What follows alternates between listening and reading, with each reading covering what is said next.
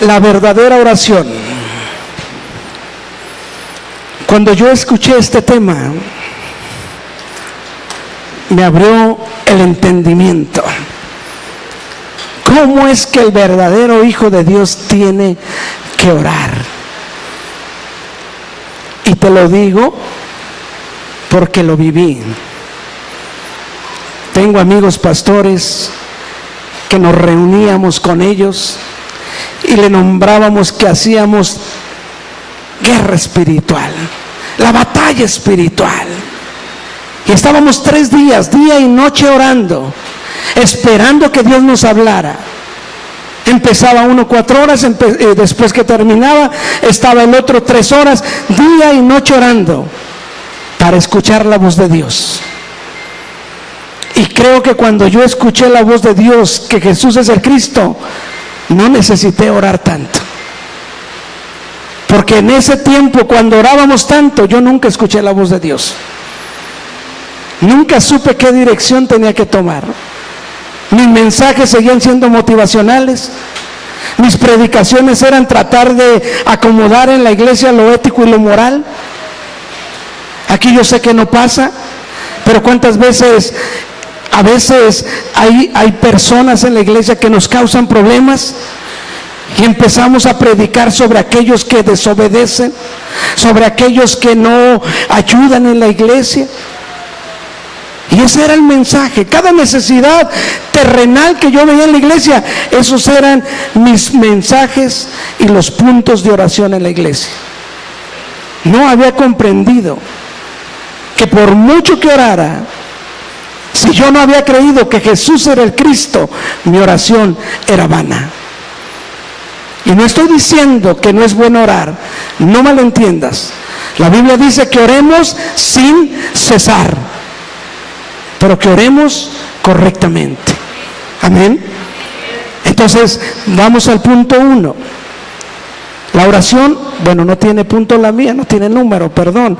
La oración del creyente es totalmente diferente a la oración del no creyente mundano, del religioso o del idólatra. Debemos conocer la oración correcta y restaurar la vida de fe que restaura las verdaderas respuestas de oración. Examinemos la oración del no creyente y del religioso. Todas las religiones tienen una acción de oración. E incluso las personas que no poseen una religión en particular también oran. ¿Has escuchado eso? Que hay personas que nunca asisten a ningún lugar, pero ellos te dicen que oran y dicen que hablan con Dios y hasta dicen que les responde Dios, porque dicen a veces: es que yo me iba a ir por aquí, pero Dios me dijo que no me fuera, porque mira, ¿qué tal si hubiera chocado por ahí? Y le dice: si tú crees que Jesús es el Cristo, ¿sabes por qué Jesús vino a esta tierra? No lo sé, pero Dios me escucha. ¿Será que sí lo escucha Dios? ¿Será que si está separado de Dios, Dios lo escucha? ¿O el profeta Isaías se equivocó cuando dijo que Dios oculta su rostro y no escucha al pecador? Entonces, nosotros que hemos creído que Jesús es el Cristo, nuestra oración tiene que ser diferente al que no ha creído. Amén. Mateo 6:7, veámoslo.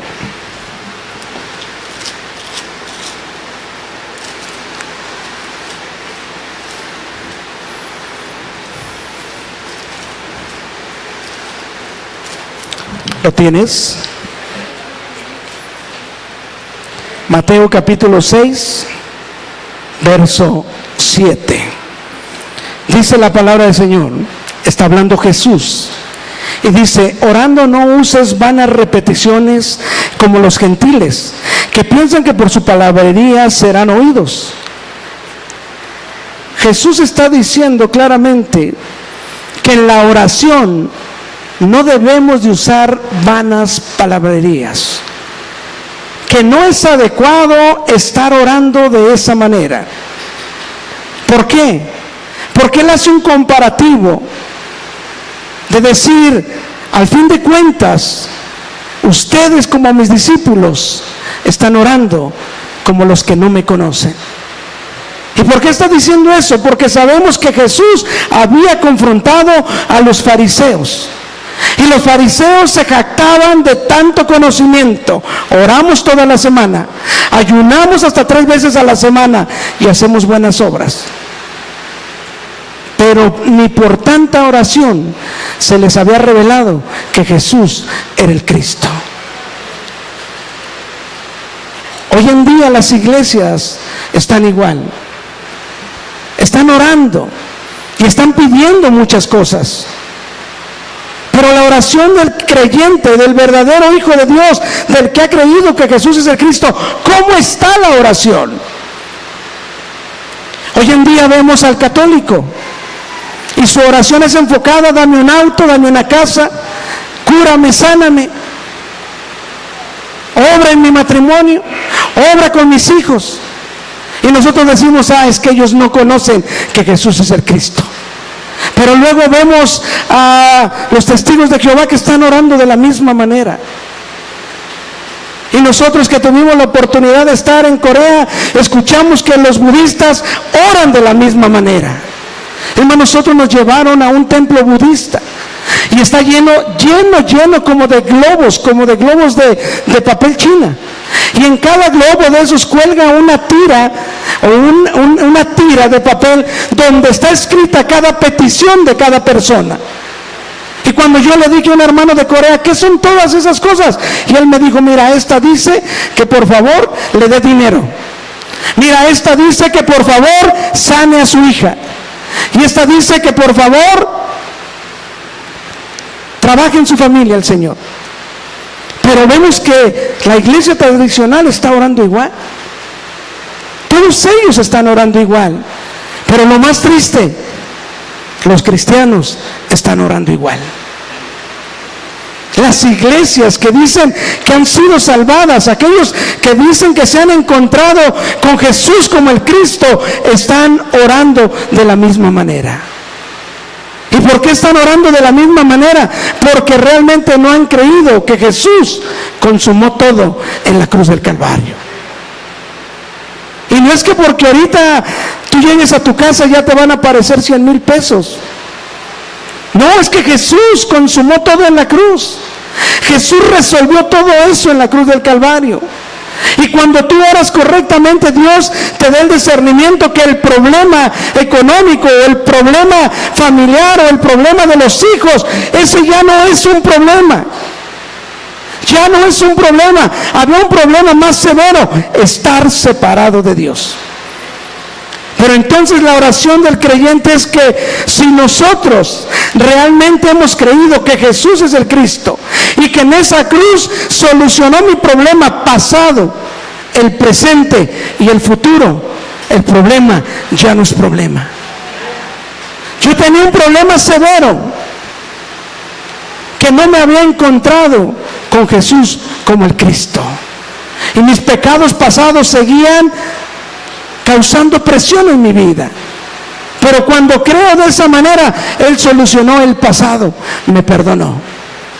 Y en el presente, a pesar de que hay situaciones difíciles en el trabajo, en la casa, en cualquier circunstancia, Jesús en el presente me está diciendo claramente: yo he solucionado todo.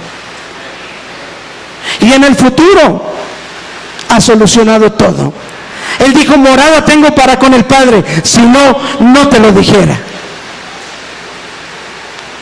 Pero tenemos que percatarnos de algo: que Satanás es real. Y Satanás obra. Estoy avanzando un poquito más rápido porque ya es tarde. Quiero que veas en el inciso E, en el punto 3. La razón por que da sanidad y milagros, respuestas, es para hacer que el hombre caiga al final en sus garras de Satanás. Porque Juan 10:10 dice que Satanás vino a robar, matar y destruir. Pero cuando vemos ese contexto de la Biblia, todos pensamos o todos lo usamos de tal manera que si vemos a alguien que tuvo un accidente, es que Satanás vino a robar, matar y destruir. Que caíste en una crisis financiera, es que Satanás vino a robar, matar y destruir. Pero el enfoque real es que Satanás vino con Adán y con Eva y él vino a robar, matar y destruir. ¿Pero qué le robó? El evangelio que dice la Biblia. ¿Y qué destruyó? La relación entre el hombre y Dios.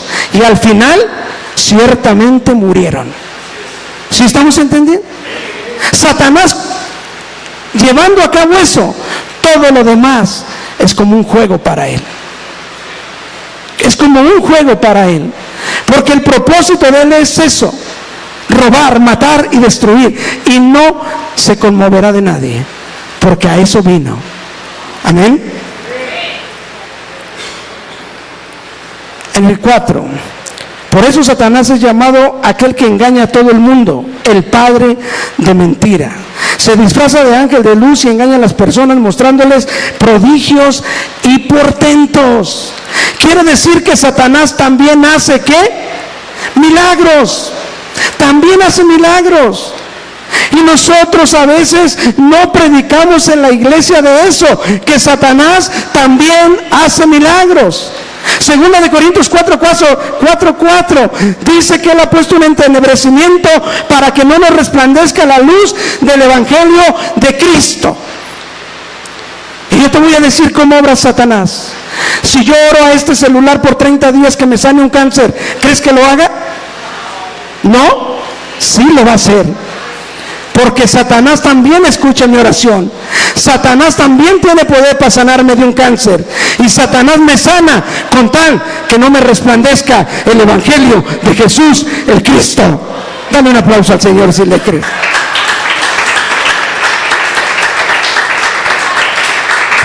Así es como opera Satanás. Y nosotros como ministros de Dios no hemos llevado a la iglesia a ese entendimiento. El hombre está en pecado, el hombre está teniendo una vida totalmente destruida por el enemigo y luego viene y dice: mire qué bonito carro me dio Dios. ¿Se lo daría a Dios? Si ni siquiera vive con Dios, ni siquiera está con Dios. Pero sí hay un Dios de este siglo, Satanás, que también hace milagros. Amén.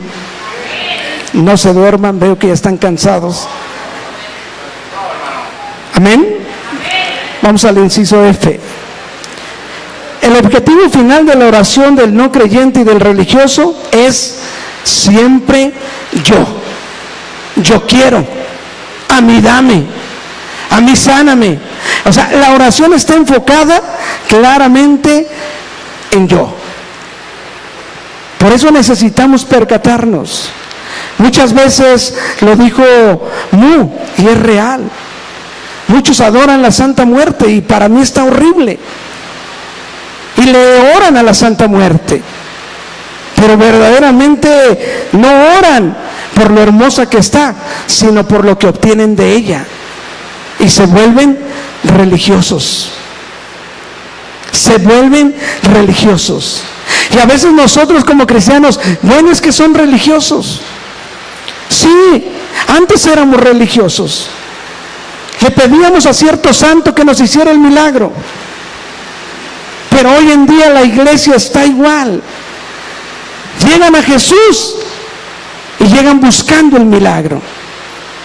Y antes decíamos que éramos idólatras. Pero ahora los cristianos que buscan a Jesús de la misma manera también son idólatras. Porque no han creído que Jesús es el Cristo. Y lo único que cambiaron fue de imagen.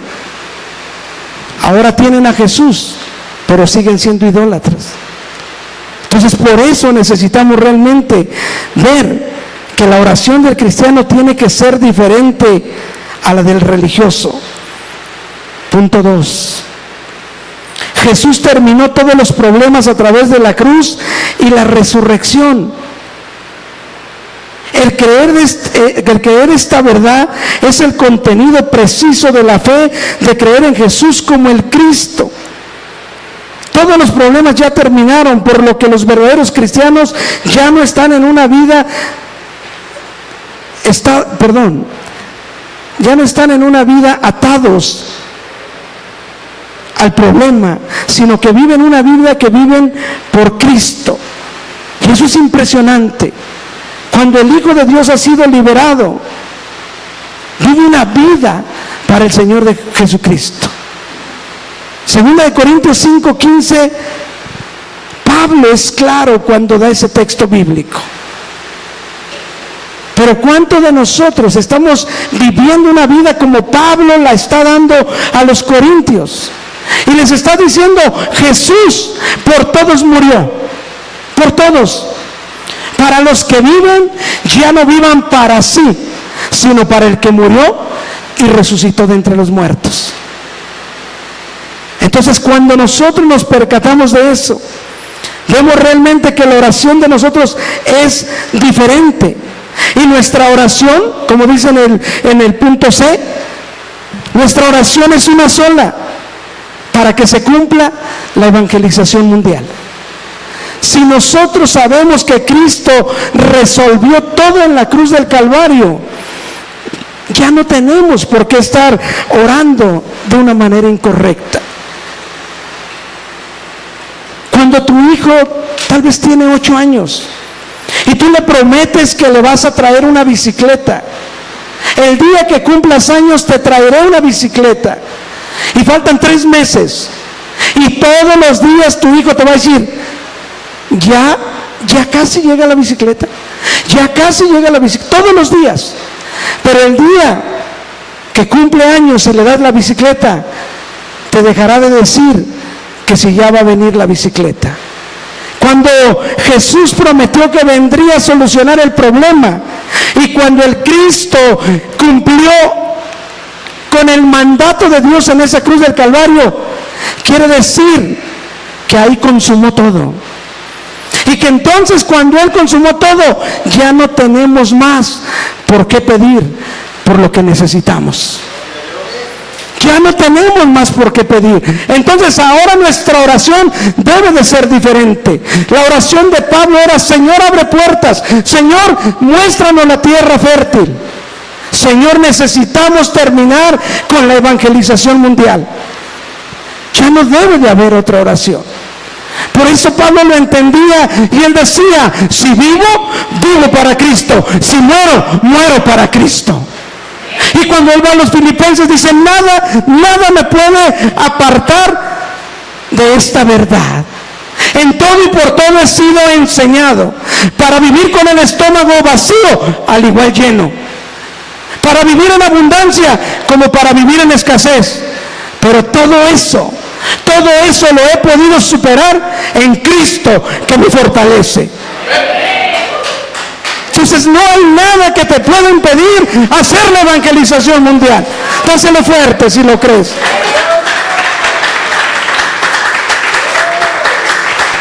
No hay nada que nos pueda impedir hacer la evangelización mundial. No es mentira, quiero decirte algo. Hoy nos acompaña una hermana que tiene, parece ser, 80 años. Nosotros hoy en la iglesia ya no está. Pero había una persona casi de 85 años y no sabía leer. Y esa persona evangelizaba como no tienes una idea. Tomaba su Biblia, se subía al camión y cuando veía a alguien joven le decía, joven, léame este texto bíblico. Y el joven le leía, no te estoy hablando que subía a los 95 años, tampoco, o sea, cuando era prudente y todavía podía caminar. Pero no sabía leer. Y ella le decía, ¿me puede leer este texto bíblico? Juan 3:16, sé que se lo saben de memoria.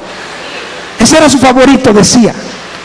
Y con eso evangelizaba al joven en el camión. No hay pretexto para no evangelizar.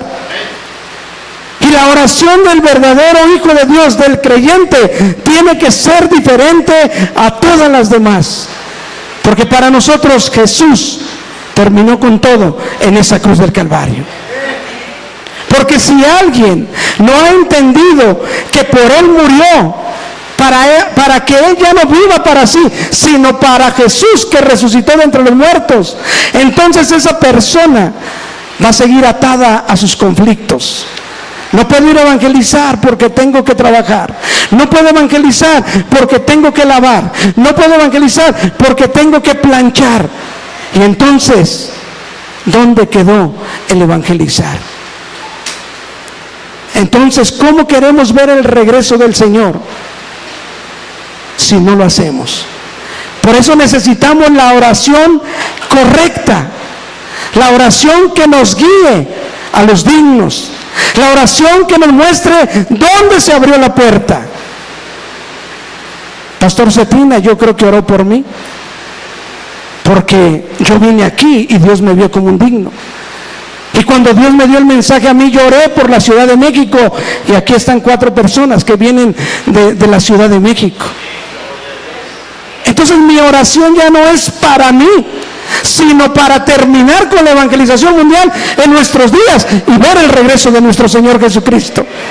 Esa es la verdadera oración. Eso es lo que te debe de motivar. Eso es lo que debe de producir vida en tu ser. Por eso yo pienso que Cristo volverá en nuestros días.